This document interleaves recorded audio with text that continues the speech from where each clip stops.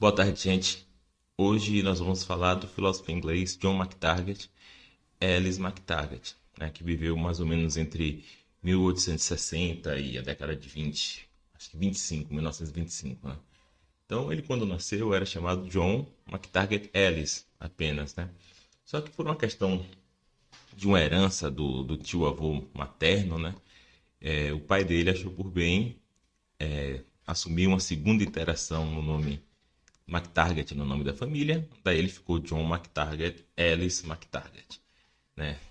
Na figura, nessa imagem aí, a gente tem uma foto do MacTaggart, né, tirado por Walter Stoneman, em 1917, né? Então, o MacTaggart, ele foi um dos representantes do assim chamado idealismo britânico, né? Ele foi contemporâneo de Russell, Moore, Whitehead, né? Inclusive, ele trabalhou no Trinity College em Cambridge, né? E é bastante interessante porque MacTaggart, as primeiras incursões dele na metafísica, ele empregou um método hegeliano, né? Só que suas obras mais conhecidas seguem uma abordagem mais familiar aos metafísicos analíticos contemporâneos, né? Então, por exemplo, olha o que Moore fala sobre MacTaggart no obituário que ele escreveu, né, chamado A Morte de MacTaggart, publicado na revista Mind em 25, né, por ocasião da morte de MacTaggart, né? Diz Moore: independentemente do que se possa pensar sobre as conclusões de MacTaggart e sobre a validade de seus argumentos, acredito que não há dúvida de que, em termos de engenhosidade e sutileza, e acima de tudo, em relação à clareza de seu pensamento, ele foi um filósofo de primeira categoria. MacTaggart não apenas era naturalmente lúcido em um grau comum, ele não poupou esforços para tentar se tornar cada vez mais claro sobre todos os assuntos que lhe pareciam fundamentais. Talvez a lição mais valiosa que seus alunos aprenderam com ele foi a importância e a dificuldade de tentar ser completamente claro sobre o que você acredita e de distinguir entre boas e más razões para acreditar nisso, né? Ou seja, MacTaggart, ele é um hegeliano claro e lúcido, né?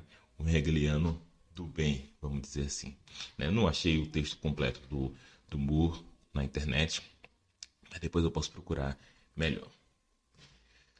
De qualquer forma, o MacTaggart ele é mais conhecido por argumentar que o tempo é real, né? E, embora essa ideia de que o tempo não seja real não seja exatamente original na filosofia, né, a argumentação de MacTaggart ela é inovadora, né?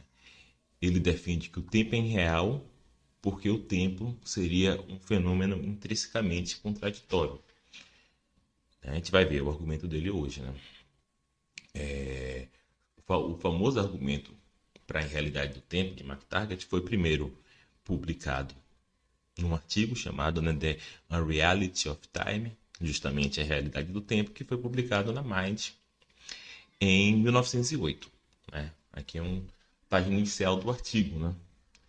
E ele retornou a esse mesmo argumento no capítulo 33 do segundo volume do seu The Nature of Existence, né? A natureza da existência, né? Que é a grande obra dele, né? 2 volumes gigante.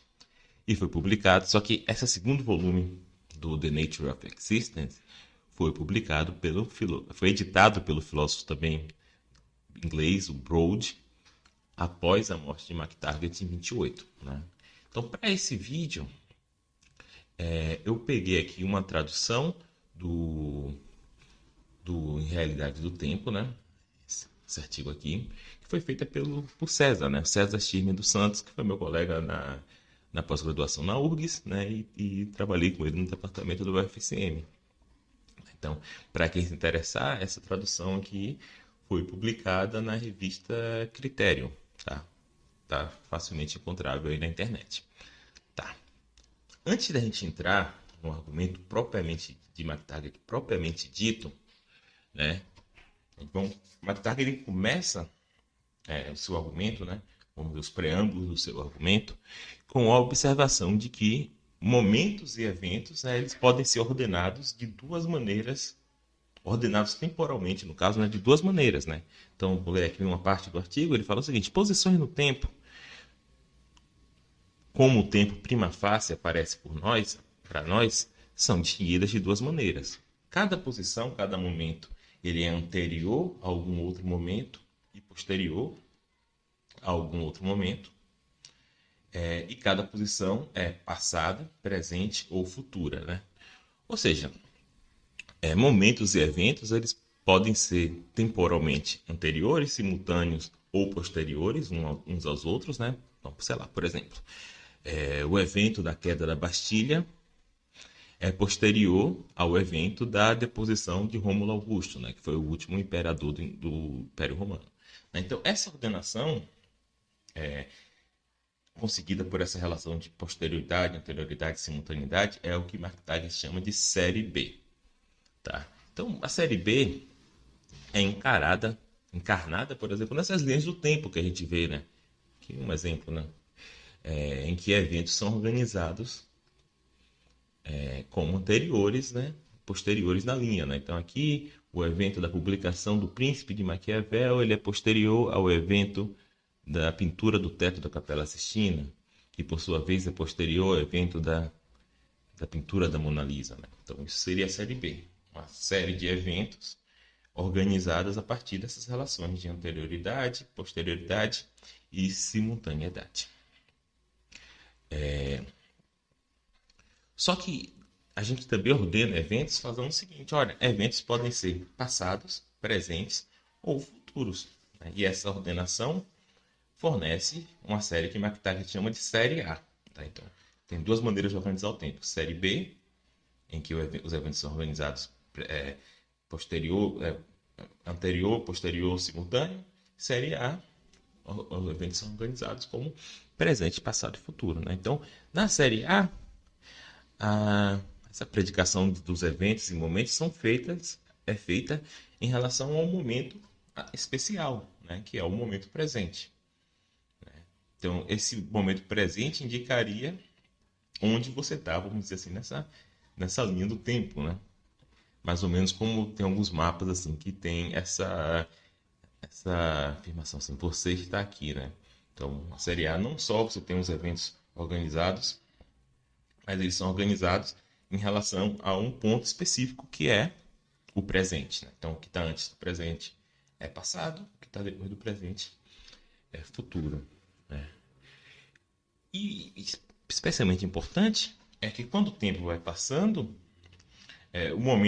qual momento é o presente vai mudando na série A, né? De modo que eventos eles passam de ser futuro para ser presente para ser passado. Né? Então, esse é exatamente o ponto que McTaggart procura distinguir essas duas séries. Né? Deixa eu voltar aqui para... Então ele fala aqui, por brevidade, falarei da série de posições correndo do passado distante para o presente e para o futuro, como série A, e a série de posições o qual corre do anterior ao posterior, chamarei de série B. Ele acha que essas séries são distintas, né? Pegando aqui nessa parte aqui de cima, ó, ele fala o seguinte, as distinções da primeira classe, a série B, elas são permanentes. Né? Então, se o evento da queda da Bastilha é posterior ao evento da deposição de Rômulo Augusto, ele é sempre posterior. Né? Ele é posterior atualmente, ele era posterior quando estava tendo a queda da Bastilha, e a gente pode pensar que ele já era posterior quando estava tendo a queda de Rômulo Augusto. Só que, por outro lado, as propriedades da série A elas são transitórias. Um evento pode ser futuro, mas ele logo será presente e depois será passado. Né? Então, a gente teria essa distinção aqui entre a série A e a série B, em que as propriedades da série B são permanentes e as propriedades da série A são transitórias. Né? E aí, o McTaggart ele argumenta o seguinte, olha, nós nunca observamos o tempo, exceto como formado de ambas essas séries, série A e série B. Né? A gente percebe os eventos do tempo como sendo presentes, e esses são os únicos eventos que a gente consegue perceber diretamente, e todos os eventos no tempo, os quais, pela memória ou pela inferência nós acreditamos serem reais, são vistos como passado e como futuro. Né? Aqueles anteriores ao presente são eventos passados e aqueles posteriores são eventos futuros. Né? Então, só que aí ele faz a seguinte observação, né? Tá de amarelo.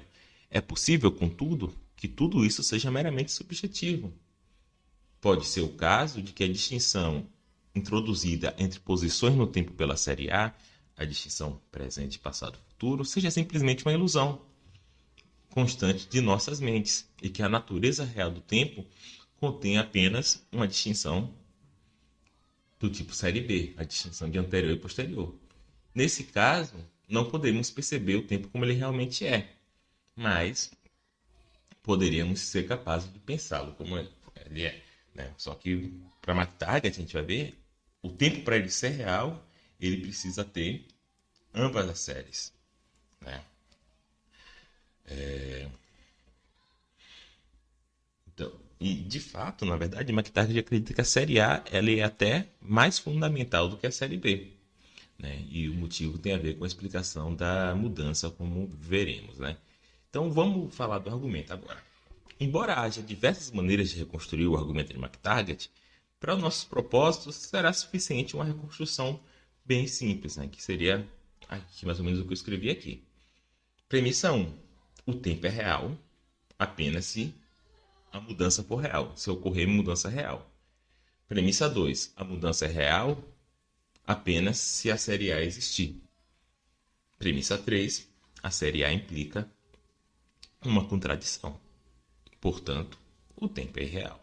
Basicamente isso o argumento. Né? Eu vou deixar aqui uma reconstruçãozinha do argumento aqui no canto. Deixa eu só subir um pouquinho aqui para a gente não esquecer do que a gente está falando. Né? Então, o argumento está ali no canto. Então, esse argumento é válido. Né? Porque, dadas essas três premissas, a suposição de que o tempo é real leva a uma contradição a partir de dois modus ponens, né? Bem simples, né? A gente supõe que o tempo é real, né? Supõe tempo, né? Como estou resumindo aí. Só que aí a gente tem tempo, e tempo implica mudança. Por modus ponens, a gente conclui mudança, que é a mudança. Mas agora a gente tem mudança e mudança implica série A. Por modus ponens, a gente conclui que a série A é real. Mas a série A implica uma contradição. Por modus ponens, a gente chega à contradição. Então, a suposição de que o tempo existe, né, a partir de 3 modus ponens, não 2, como eu falei, leva a uma contradição. Né? E por introdução da negação, a gente pode concluir que o tempo é real. Né? Então, o argumento ele é válido. Tá? Agora, a questão é saber se ele é sólido ou correto. Né? Ou seja, a gente precisa saber se as premissas do argumento são verdadeiras. Tá? Então, vamos agora analisar cada uma das premissas do argumento. Né? Então, McTaggart ele fala bastante pouco sobre a primeira premissa do argumento. Tá? O máximo que ele fala é o seguinte, né? Vou ler aqui. Vamos tentar dar uma... seria universalmente aceito, suponho, que o tempo envolve mudança. Uma coisa particular, de fato, pode existir sem ser modificada por alguma quantidade de tempo. Mas quando perguntamos o que queremos dizer, falando que houve diferentes momentos do tempo, ou uma certa duração de tempo, por meio da qual uma coisa não mudou, descobrimos que queremos dizer o seguinte: olha, ela permaneceu inalterada, enquanto outras coisas estavam mudando. Né? Então ele faz aqui agora uma afirmação bem forte. Um universo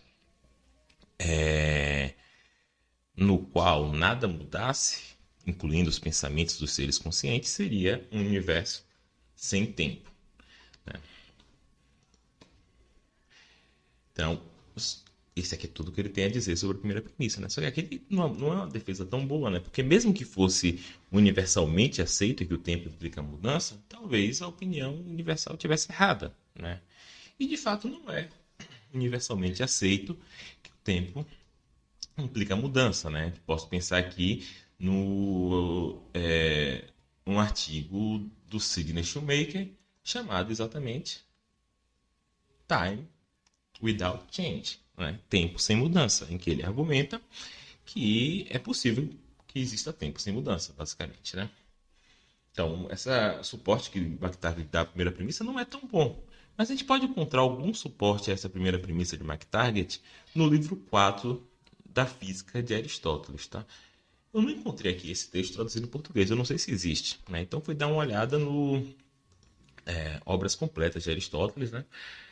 Ditado pelo Jonathan Barnes, né? E olha aqui o que Aristóteles fala no livro 4 da Física, mais ou menos ali 218b, 21 a 219a, 2, mais ou menos por aí, tá? Então Aristóteles ele fala o seguinte: o tempo não existe sem mudança, pois quando o estado de nossas mentes não muda de modo algum, ou não notamos sua mudança, não pensamos que o tempo tenha passado. Assim como aconteceu com aqueles que em Sardenha, segundo diz a lenda, despertaram de seu sono junto aos heróis, né? Então, quando você desperta de um sono, você entrelaça o agora anterior com o posterior, vamos dizer, um sono sem sonhos, né? Você entrelaça o agora anterior com o posterior e os unifica em um único agora, omitindo o tempo intermediário porque não o percebeu. Assim, da mesma forma que, se o agora não fosse diferente, mas um e o mesmo, não haveria tempo. Também, quando sua diferença escapa ao nosso conhecimento, o intervalo não parece ser tempo, né? Aqui o herói de Sardenha, que ele está chamando aqui, fui dar uma pesquisada na internet, diz respeito aos filhos de Hércules com Tespíades, né? As Tespíades seriam mais 50, né? Sim, 50 filhas de Téspias, né? Então eles teriam ido para Sardenha, sob orientação de Olau, para colonizar a ilha, e morreram lá e os corpos deles ficaram intactos, como se eles estivessem dormindo, né? Então, Aristóteles aqui está chamando a atenção para o fato de que nossa percepção do tempo depende da nossa percepção da mudança, né? Pois quando o estado de nossas mentes não muda, não pensamos que tenha passado o tempo. Porém, ele parece concluir disso que o tempo ele mesmo depende da mudança, né? Ele fala assim, nenhum tempo existe sem a mudança. Mas será que Aristóteles aqui está confundindo o tempo com nossa percepção do tempo, né? Afinal, se o tempo existe, ele existe independentemente de haver criaturas que possam percebê-los, né? Então, me parece que não, né? Seria um erro tosco, né? Me parece, e eu não sou especialista no assunto, que Aristóteles está usando o fato de que nossa percepção do tempo depende da mudança, junto com algum tipo de intuição anticética, para concluir que o tempo, ele mesmo, precisa da mudança, né? A ideia seria, talvez, que a realidade deve ser, por princípio, cognoscível, algo desse tipo, tá? Porque se há tempo sem mudança, esse tempo seria não cognoscível, pelo menos para criaturas como nós, né? Já que nosso conhecimento do tempo depende do nosso conhecimento da mudança, né? Então, vamos pensar assim, se fosse possível haver intervalos de tempo sem mudança, é compatível com minha experiência, né, com a sua também, que qualquer número desses intervalos, né, cada um talvez com bilhões de anos de duração, tenham ocorrido do momento que esse vídeo começou até o momento presente, né? Esse tempo sem mudança estaria fora da esfera do cognoscível. E por isso ele não poderia existir esse tempo sem mudança, porque a realidade deveria ser, a princípio, cognoscível, né? E nesse sentido, o tempo implica a mudança. Eu creio que McTaggart, como um antirrealista, né, e no limite um tipo de idealista, aceite essa tese de que a realidade deve ser, por princípio, cognoscível, né? Por que Aristóteles aceita é uma questão mais complicada, que tem a ver com o modo como a filosofia era feita na antiguidade, né? Aristotélicos aqui podem nos ajudar, tá? De qualquer modo, então, essa aqui seria a premissa 1, né? O tempo implica mudança. A gente vai agora para a premissa 2, que é mudança implica série A, né? Deixa eu só subir isso aqui um pouquinho, gente, que fica meio... Então, a justificativa de McTaggart para a segunda premissa, né, que mudança real ocorre apenas se a série A existir, é que somente a mudança real se os eventos ocupam posições diferentes na série temporal, né? Porém, a única maneira de um evento mudar nesse sentido é sendo futuro depois presente, depois passado, né? Ou seja, mudando sua posição na Série A, né? Então, mais ou menos o que ele está dizendo aqui, ó. Tome qualquer evento, a morte da rainha Anne, por exemplo. Considere que a mudança pode ter lugar nas suas características. Que é uma morte, que é a morte de Anne Stuart, que tem tais causas, que tem tais efeitos, essas características nunca mudam. Né? O evento da morte da Rainha Anne, se teve determinada causa, ele sempre vai ter aquela mesma causa. Né? Os eventos não ficam mudando. Né? Então é por isso que ele fala assim, antes mesmo que as estrelas tenham visto umas às outras, né, que ele está citando um poema do Kipling, o evento em questão já era uma morte de uma rainha inglesa. No último momento do tempo, se o tempo tiver um último momento, o evento em questão ainda será a morte de uma rainha inglesa. E cada aspecto, tirando um, é igualmente sem mudança. Mas em um aspecto ele muda. Ele começou sendo um evento futuro, ele se tornou a cada momento um evento no futuro mais próximo, finalmente ele foi um evento presente, daí ele se tornou passado, e assim permanecerá para sempre, embora a cada momento ele se torne mais e mais passado. Então, o ponto de McTaggart aqui é o seguinte, para qualquer proposição P, qualquer afirmação P, P é o caso no momento T, ela é sempre verdadeira, se verdadeira. Né? Então, se é verdade que a Rainha Anne morreu em 1º de agosto de 1714, então, em algum sentido, isso já era verdade antes. Né? Essa rainha vai morrer em determinado dia. Ela continua a verdade atualmente. A rainha morreu nesse determinado dia. Então, não há mudança nessas características intrínsecas do evento. Né? Especificamente, esse evento ele já estaria posicionado na Série B desde sempre. Né? Por mais que nosso conhecimento da sua ocorrência só possa se dar depois que ele se tornou presente. Estou usando aqui falando assim, desde sempre, né? Porque obviamente esse desde sempre não pode ser temporal. Né? O tempo não está no tempo. Né? E o mesmo raciocínio valeria quando um evento, mesmo quando um evento apresenta algum tipo de variação qualitativa ao longo do seu eixo temporal. Né? Então, um exemplo que acho que o McTaggart dá é do atiçador de lareira, que está quente na hora que acabou de atiçar a lareira, depois ele esfria. Né? Isso aqui. Deixa eu dar mais um som aqui. Então, mesmo quando a gente pensa num evento que ele tem algum tipo de variação temporal, ou algum tipo de variação dentro do seu próprio eixo temporal, né? Por exemplo, um atiçador de lareira, que ele está quente quando eu acabei de atiçar a lareira, ele vai esfriando, para McTaggart isso não constitui um exemplo de mudança real, uma vez que é verdade desde sempre que o atiçador estava mais quente na parte anterior do evento e mais frio na parte posterior do evento. Né? Então, McTaggart argumenta que se for sempre verdade que, digamos, o atiçador de lareira está quente na manhã do tal dia e frio alguns minutos mais tarde, nada mudou vamos dizer assim, na soma total de verdades, de modo que não houve mudança real. Então, aqui McTaggart está rejeitando a explicação da mudança oferecida, por exemplo, por Russell, né? Bertrand Russell, nos princípios da matemática. Né? Segundo o qual alguma coisa muda quando ele tem uma propriedade em determinado momento e não tem essa propriedade em um momento posterior. Né? Essa explicação é chamada conhecida como Cambridge Change, né? Que é uma explicação da mudança dada pelos filósofos de Cambridge, como Russell. Né? Em português seria mudança cantabrigiana. Né? Então, em geral, McTaggart acredita que os fatos sobre posições na série B são fixos nesse sentido. Né? Se um momento ocorre posteriormente a outro, ele sempre ocorre posteriormente a outro. Né? A única maneira que o evento poderia mudar é sendo primeiro futuro, depois presente, depois passado. Ou seja, mudando de posição na série A. Portanto, McTaggart conclui: se não houver série A, não há mudança. De modo que mudança implica série A. Então, Essa seria a defesa da segunda premissa, né? Vamos agora para a terceira.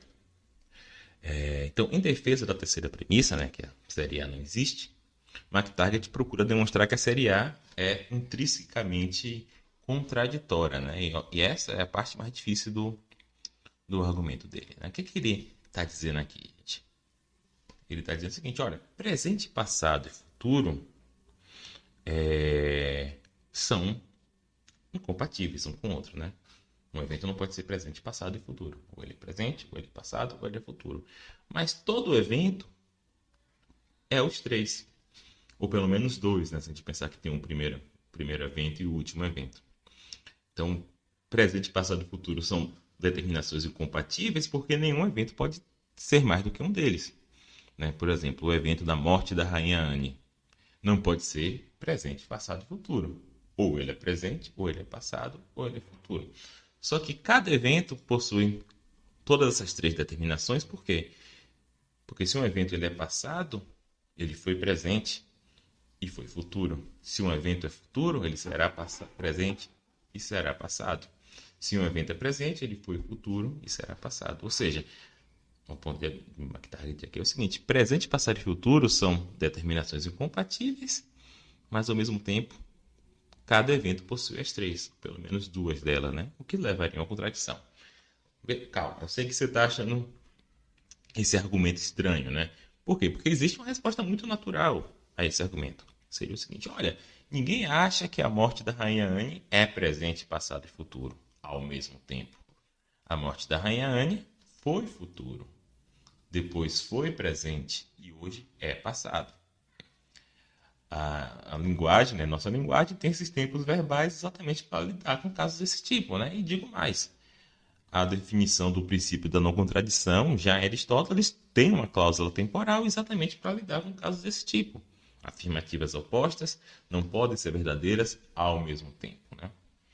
Só que McTaggart discute essa resposta natural, como estou dizendo, né? Ele fala o seguinte: nunca é verdade, segundo essa resposta, que M, né, M é um momento qualquer, é presente, passado e futuro.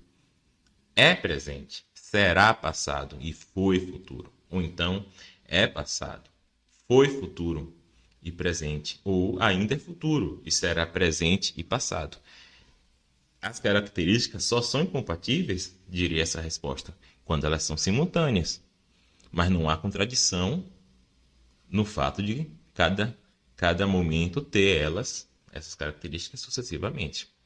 Só que McTaggart pensa que essa resposta não é boa. Entender por que ele pensa isso, que é a parte mais difícil do argumento. Primeiro, né, ele argumenta que essa resposta envolve um tipo de círculo vicioso. Tá? Aqui. Mas essa explicação envolve um círculo vicioso, pois ela assume a existência do tempo para explicar o modo no qual os momentos são passados, presentes e futuros. Então, o tempo deve ser pressuposto para explicar a série A. Mas já vimos que a série A tem que ser presumida para explicar o tempo. Dessa maneira, a série A tem que ser pressuposta para explicar a série A, e isso claramente é um círculo vicioso, né? Bom, a imagem intuitiva desse parágrafo é a seguinte: ó. Considera um evento que, da nossa perspectiva, é passado, né? Por exemplo, a morte da Rainha Anne. De nossa perspectiva, nós estamos no presente e esse evento é passado. Da perspectiva desse evento, porém, ele é presente e nós somos futuro, né? Só que perceba qual é a questão. A gente está supondo aqui que a ordenação gerada pela série A ela é objetiva. Ou seja, a série A não é gerada por uma escolha arbitrária de um ponto de vista como presente, né? Então, se a gente considerar ambas as perspectivas como corretas, então a gente deve dizer que algum evento é passado, presente e futuro e há contradição. Mas dado que as situações são simétricas, qual seria a razão para preferir uma perspectiva e não a outra, né? O que McTaggart está falando aqui é o seguinte: olha, a gente está aceitando essa perspectiva de que nós somos o presente e o evento da família da Rainha Anne é passado, porque a gente está pressupondo a série A e que nós estamos no presente. né? Então, nesse sentido que a gente estaria pressupondo a série A para explicar a série A. A gente está partindo do ponto de que, supondo que há uma série A, nós estamos no presente para explicar a própria série A, né? E esse seria o círculo vicioso, tá? Só que mais adiante, McTaggart argumenta que essa resposta natural, além de envolver esse círculo vicioso, sequer tem sucesso em dissolver a contradição que ele apontou. É o que está aqui nessa parte aqui, ó. A dificuldade pode ser apresentada de outra maneira, na qual a falácia se apresenta como uma série viciosa infinita, ao invés de um círculo vicioso. Se evitarmos a incompatibilidade das três características afirmando que M é presente, foi futuro e será passado, estamos construindo a segunda série A, aquele meio obscuro aqui, dentro da qual cai a primeira, da mesma maneira na qual os eventos caem dentro da primeira. A segunda série sofrerá com a mesma dificuldade que a primeira, a qual só pode ser removida colocando-a no interior de uma terceira série A. E mesmo o mesmo princípio colocará a terceira no interior de uma quarta. E assim sem fim, você nunca pode se livrar da contradição, pois pelo ato de removê-la do que é para ser explicado, você a produz novamente na explicação. E assim a explicação é inválida, né? Então, como eu disse, o raciocínio de McTaggart é um pouquinho mais difícil de entender nesse ponto, né? Eu entendo da seguinte maneira. Quando a gente diz que, vamos pensar um momento M1 qualquer, ele é presente, foi futuro e será passado, a gente está atribuindo essas três propriedades a M1 em relação a outros eventos, né? Então, ela, M1 é presente, né? Em relação ao presente, ele é presente.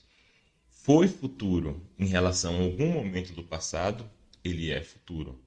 Será passado em relação a algum momento do futuro, ela é passado. Então vamos nos concentrar aqui nessa terceiro caso, né? Na afirmação de que M é passado no futuro, né?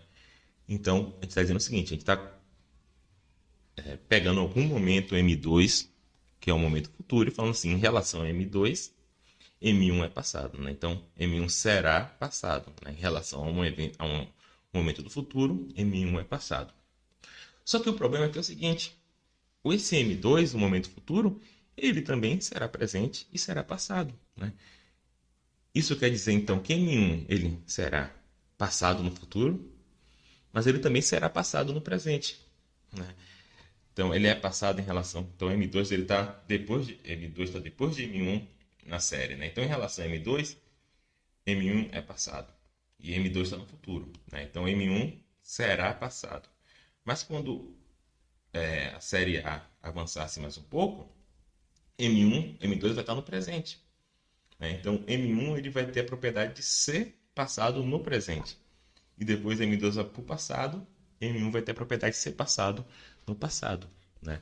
E essas propriedades também são contraditórias, né? A propriedade de ser passado no futuro, ser passado no presente e ser passado no passado. E aí, para tentar dissolver essa nova contradição, a gente vai precisar de pegar outro momento como referência, né? Agora em construções que nem na linguagem natural a gente consegue fazer. O momento M3, né? Agora ele vai ter presente no futuro, só que também vai ter uma contradição, e aí você vai tentar dissolver com o momento M4, e assim sucessivamente, né? Então, cada vez que a gente faz mais uma iteração, a gente aparentemente resolve a contradição anterior, mas cria uma nova. De modo que, como o McTaggart ele fala, né? Você nunca pode se livrar da contradição, pois pelo ato de removê-la, você a produz novamente na explicação. Então, como eu não sei se foi muito claro aqui, vamos aqui dar uma olhada na reconstrução dessa parte do argumento que está no artigo A Defense of McTaggart's Proof of the Unreality of Time, uma defesa da prova de McTaggart da realidade no tempo, né? Que foi escrito pelo Michael Dummett. Então, acho que talvez ele explique de maneira um pouquinho mais clara essa passagem do argumento de McTaggart, tá?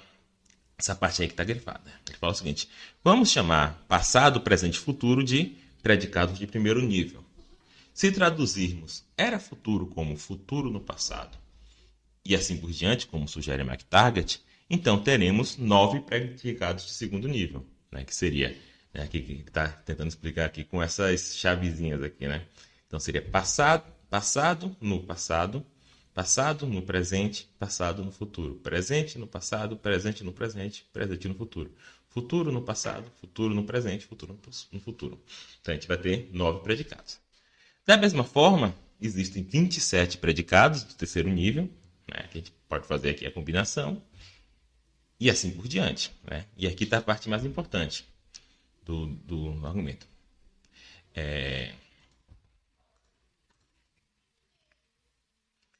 Mas, em qualquer um dos 3 níveis, né? Aqui essa parte que é but at any level, mas em qualquer dos 3 níveis, os predicados presente, os 3 predicados, presente no presente, e aí depende de um presente no presente, no presente, quantos níveis for.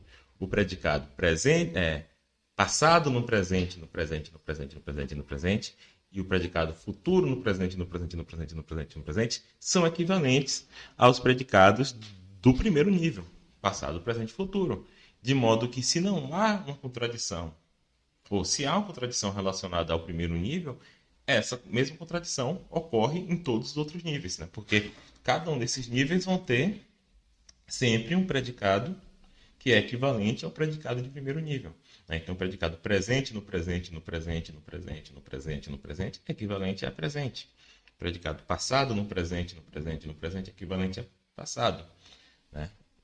Então, ficar subindo o nível, tornando as coisas mais complicadas, não vai resolver a contradição, né? Então, aqui a gente chega à conclusão de que a série A envolve uma contradição, né? Como a realidade do tempo depende da realidade da série A, o tempo não pode ser real. Essa é a conclusão de McTaggart. E aí você pode se perguntar, então por que a gente acredita que os eventos podem ser distinguidos como presentes, passados e futuros? Para McTaggart, essa é uma distinção subjetiva. Isso diz respeito ao modo como nós vemos o mundo, e não ao mundo em si. Em qualquer momento, a gente tem percepções, memórias e antecipações, né? E é isso que ele fala aqui. Então ele fala o seguinte: olha, se de fato a série A for algo puramente subjetivo, não há dificuldade. A gente consegue acabar com... Ela não é contraditória, porque a gente pode dizer, olha, tal evento é passado relativo a Danilo. Danilo é o momento presente. Tal evento é futuro relativo a Rainha Anne, né? E aí não tem problema. Da minha perspectiva e a perspectiva da Rainha Anne seriam contraditórias entre si, né? Porque a gente não está aqui descrevendo um objeto no mundo. São só perspectivas contraditórias. As pessoas têm perspectivas contraditórias o tempo todo, né? Então, só que ele falou o problema, né? Só que a gente está tentando considerar o tempo como algo real, como algo que pertence à própria realidade, não apenas às nossas crenças sobre ela. E isso só pode ser assim se a série A também se aplicar à realidade de si mesma, o que ele pretende ter mostrado que não se aplica, né?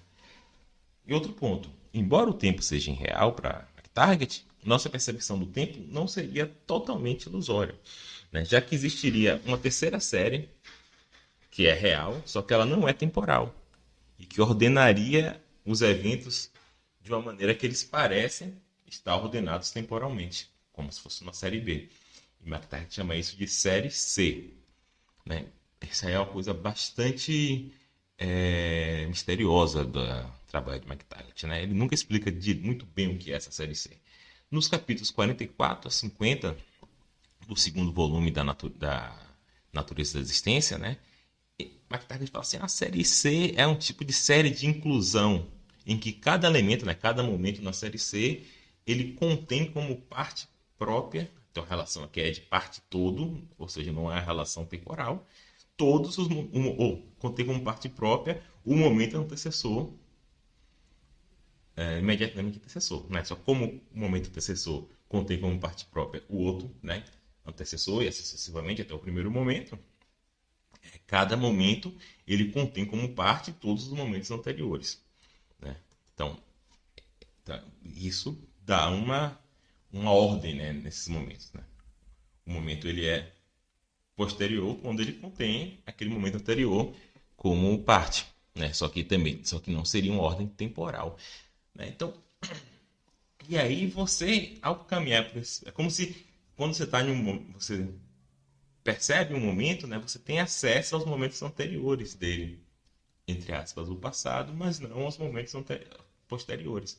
Né? É como se tivesse os momentos, assim, a gente estivesse caminhando pelos momentos e tendo acesso aos momentos passados, mas não aos futuros, e daí supondo que existe tempo, né? É como se os momentos eles, né, tivessem várias perspectivas ao mesmo tempo, né? Isso me lembra, sei lá, uma pintura cubista, né? Sendo que a gente só consegue acessar algumas dessas perspectivas num dado momento, né? E por isso, segundo McTaggart, a gente cria essa ilusão de que há um tempo. Mas, na verdade, tudo é estático.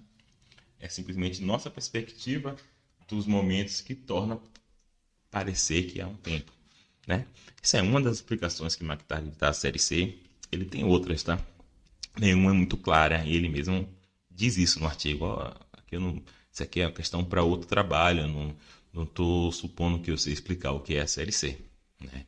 Então o problema é se houvesse uma série A, tivesse, né, o momento presente, né, tivesse um presente simultâneo universal, a, a série C geraria uma série B, né? Tudo que está antes na série C daquele momento presente seria anterior temporalmente, tudo que está depois seria posterior. Mas como não há uma série A para McTaggart, também não há uma série B, porque a série B seria um resultado da interação da série A com a série C. Só há a série C. E a série C não é temporal, tá? Então, o argumento de McTaggart é válido, né? Eu falei isso desde o começo. E McTaggart dá bons motivos para aceitar cada uma das suas premissas, né? Porém, ainda assim é possível resistir à conclusão final de que o tempo é real, tá? Existem basicamente duas reações que você pode ter em relação ao argumento de McTaggart. A primeira envolve aceitar que a série A é contraditória, né? Então aceitar a premissa 3, né? Aceitar que a série A diz respeito à nossa percepção do tempo apenas, não à realidade, né? Mas rejeitar que o tempo depende da série A, né? Então essa posição aí que eu estou falando, você pode ter ela rejeitando a premissa 1 ou a premissa 2, né? Porque precisa das duas premissas para concluir que o tempo depende da série A. No caso da rejeição da premissa 1, eu posso citar, como eu falei aqui, o artigo do Shoemaker, né?